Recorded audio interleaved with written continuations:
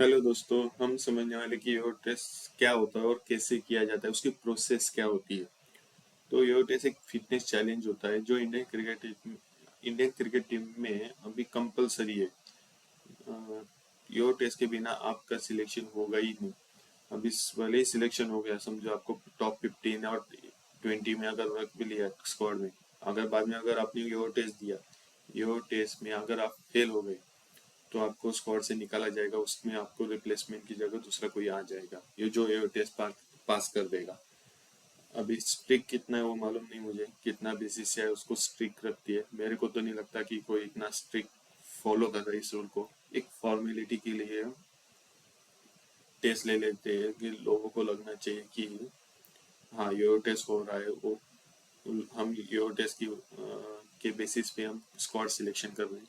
मेरे को तो लगता नहीं इतना कुछ, क्योंकि है अभी के जो आपको समझना है समझ लो, लेकिन मेरे को लगता नहीं कि वो प्रॉपर प्रोसेस में हो रहा है। क्योंकि अगर हो रहा है तो वो स्कोर डिक्लेयर करना चाहिए जो मीडिया में आ नहीं रहा है। जो अभी तक तो हमको मालूम पड़ा है कि विराट कोहली का ही स्कोर जो जो इंग्लैंड में टेस्ट दिया है वही डिक्लेयर भी नहीं, लेकिन वो सोर्सेस के थ्रू मालूम पड़ा है। तो यह टेस्ट एक फिटनेस चैलेंज होता है जो आपको दो कोन के बीच में दो कोन रखे थे 20 मीटर के डिस्टेंस में, उसमें आपको भागना पड़ता है 23 सेकंड के अंदर।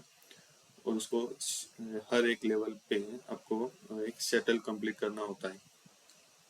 वो शटल कंप्लीट, शटल मीन्स क्या है, बी टू सी तक भागने का है और सी टू बी तक वापस आने का। उसको एक शटल एक साइकिल कंप्लीट कर दिया और उसको एक शटल एक शटल नेम है, उसका नाम है, वो कंप्लीट होना चाहिए हर एक लेवल में।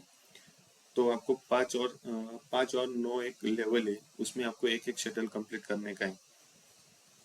तो उसमें क्या प्लेयर क्या करेगा, ये 5 मीटर डिस्टेंस है, ये 5 मीटर के डिस्टेंस में प्लेयर ए टू बी तक वॉक करके आएगा।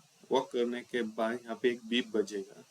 बीप बजने के बाद वो दौड़ लगाना है सी तक। और सी तक दौड़ लगाने बाद तब तक पहुंचने का है सी तक जब तक बीप बजने से पहले आपको सी तक पहुंचने का, वापस सी टू बी तक आने का है थर्ड बीप बजने से पहले। अगर आप एक कर लिया, जो 10 10 सेकंड का टाइम रहता है, उस 10 सेकंड में आपने इतना कंप्लीट कर लिया तो आपका और एक लेवल बढ़ेगा। सिर्फ उसके बाद नो लेवल में आपको सेम करने का है, बी टू सी तक भागने का और सी टू बी तक वापस आने का है। ये कंप्लीट होने के बाद आपको 10 सेकंड का टाइम दिया जाएगा रिलैक्स होने के लिए।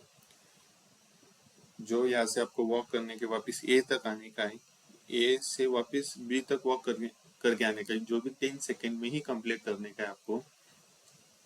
उसके बाद फिर लेवल बढ़ेगा। अगर आपने 5 और 9 लेवल कंप्लीट कर लिया तो आपका एक लेवल बढ़ेगा और 11 लेवल। 11 लेवल में क्या रहता है, 11 12 और 13, इन तीनों लेवल में दो दो शटल कंप्लीट करने का है।